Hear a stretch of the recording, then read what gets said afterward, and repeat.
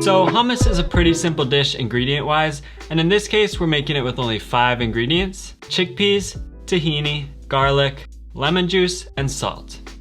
So to get the best possible result, we really need to focus on the technique and using the best quality ingredients possible. The main ingredient is of course chickpeas, so that's where we'll start. If you can find them fresh, that would be ideal, but for this recipe I'm gonna focus on either using dried or canned chickpeas because those are the most readily available.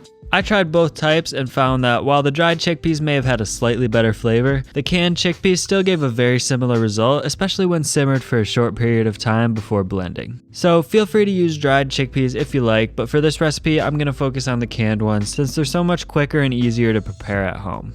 So to start out, bring a pot of water to a boil over high heat and add a few good pinches of salt for some flavor, maybe 1 to 2 tablespoons total, along with about a half tablespoon of baking soda. Then toss the chickpeas in and let the water return to a boil, then reduce it to a simmer and let them cook for about 20 minutes, stirring occasionally. One key to achieving super smooth hummus is by removing the skins from the chickpeas, so that's why we added the baking soda to the water. The baking soda helps to break down the chickpeas, so the skins basically just fall off as they cook. So after about 20 minutes, once the chickpeas are softened to the point of almost falling apart, give them a quick little stir to release some of those skins, then drain the water out, and you should see a lot of those skins floating to the top and pouring right out as well. Then just remove the chickpeas to a separate bowl. If you like, you can keep repeatedly adding water to the bowl and draining it back out in the same way we just did to remove as many skins as possible until you're satisfied. Again, this really just improves the texture of the hummus, not so much the flavor, so feel free to remove as many or as few skins as you like.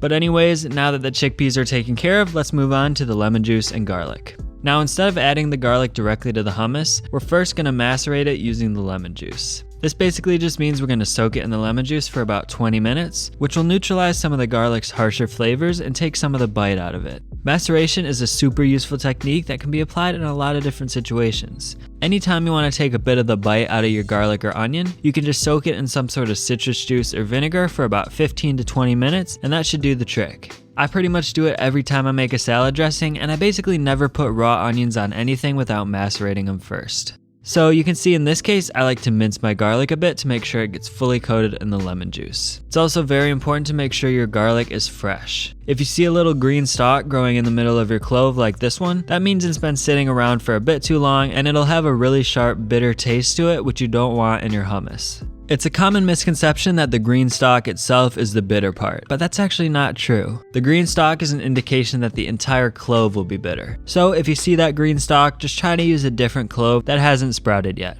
Anyways, next we're going to add 3 tablespoons of lemon juice, which is the juice from about 3/4 of a lemon. So please don't use any of that bottled stuff here, this has to be the real deal. This is quite a bit of lemon juice, but in my mind this is what really sets a great hummus apart from the rest. Those of you that have seen most of my videos know that I love acidity in my dishes, and in this case the lemon juice provides the perfect zing that we're looking for.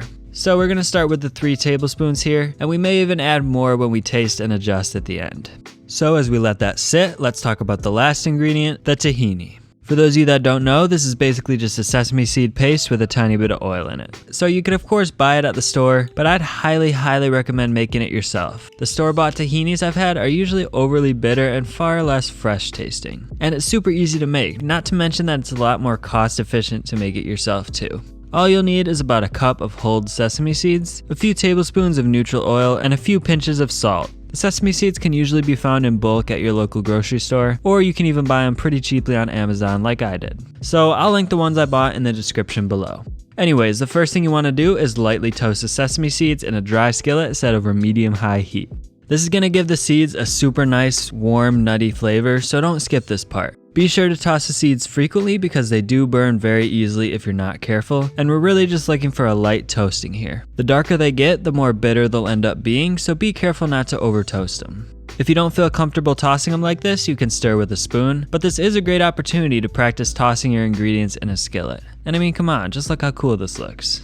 Anyways, once the sesame seeds are toasted to your liking, just carefully transfer them to the bowl of your food processor and process them for about a minute until they reach a crumbly powder. It helps to give the food processor a little shake every now and then to make sure everything gets incorporated. At this point, remove the lid and add about 2 to 3 tablespoons of a neutral oil like vegetable oil, along with a couple pinches of salt, and continue to process for another 2 to 3 minutes until you've got a nice smooth tahini. Make sure to scrape down the sides of the bowl as necessary, and feel free to taste and add more salt if you feel it needs it. If you don't use up all your tahini to make hummus, you can keep it in your fridge and use it for a variety of other uses like making sauces and salad dressings. Alright, so now that we finally got all of our ingredients prepped, it's time to make the hummus. And we're going to start by adding all of the ingredients except for the chickpeas to the bowl of your food processor. So add all of the lemon juice that you've been using to macerate the garlic, along with about 1/4 of the garlic to start out. We can always add more garlic later, so it's better to start with less and then taste and adjust as we go. Next, add about 55 grams or 4 tablespoons of your tahini, along with 2 ice cubes, which is about 60 grams of ice. The ice may seem a bit strange, but it'll add to the creaminess of the hummus, slowly melting as it gets blended up, creating an almost ice cream-like texture.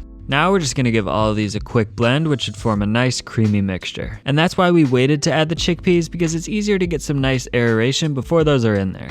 But now go ahead and add your single can's worth of chickpeas to the bowl of your food processor, along with a couple good sized pinches of salt. This should be about 200 grams of chickpeas, by the way, in case you're not using them from a can. I'm using a food processor here, but you could also make this in a blender if you've got one that's strong enough. We want to be really thorough here, so I'd recommend anywhere from about 2 to 5 minutes depending on how strong your food processor or blender is. We're really just looking to go until we've got a smooth, creamy texture. And of course, feel free to pause as necessary to scrape down the sides of the bowl and make sure everything gets incorporated. Now just give it a taste with your pita bread or whatever you'll be eating the hummus with, and add any more salt, lemon juice, or garlic as necessary. In my opinion, the acidity should really jump out at you, so I'll sometimes add up to another 1 or 2 tablespoons of lemon juice at this point. I'm serving it with some homemade pita bread, which I plan to cover in a future video, but for now I'll leave the recipe I used in the description below for anyone interested. And to see how to make some chicken shawarma and Lebanese rice that goes great with this hummus, you can click that video right here. Thanks a lot for watching, and I'll see you over there.